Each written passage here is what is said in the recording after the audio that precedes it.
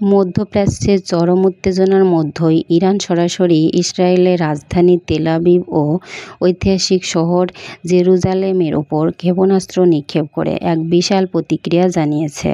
ইসরায়েলের সাম্প্রতিক হামলার জবাবে ইরান এই পাল্টা আঘাত আনে, যা পরিস্থিতিকে আরও উদ্বেগজনক করে তোলে। রাতের আকাশ জুড়ে যুদ্ধবিমান ও ক্ষেপণাস্ত্র প্রতিরোধ ব্যবস্থা আয়রন ডোম সক্রিয় হয়ে ওঠে, কিন্তু কিছু ক্ষেপণাস্ত্র লক্ষ্যভ্রষ্ট না হয়ে সরাসরি শহরের আবাসিক ও বাণিজ্যিক এলাকায় আঘাত হানে।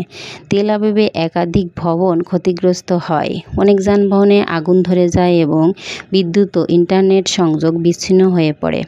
জেরুজালেমেও বিস্ফোরণের শব্দে পুরো শহর কেঁপে ওঠে। হাজারো মানুষ বাংকারে আশ্রয় নেয়, হাসপাতাল ও রক্তকেন্দ্রে জরুরি অবস্থা জারি হয়।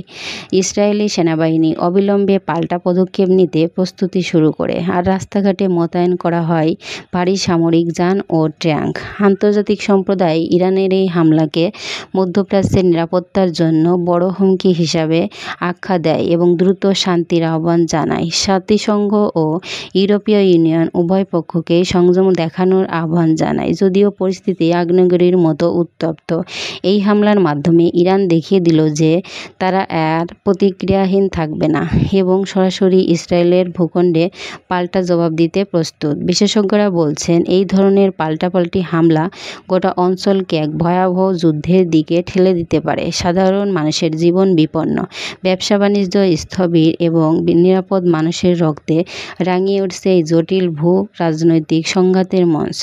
শান্তির যে ক্ষীণ আশা ছিল তা যেন ধোঁয়ায় বিলীন হয়ে যাচ্ছে।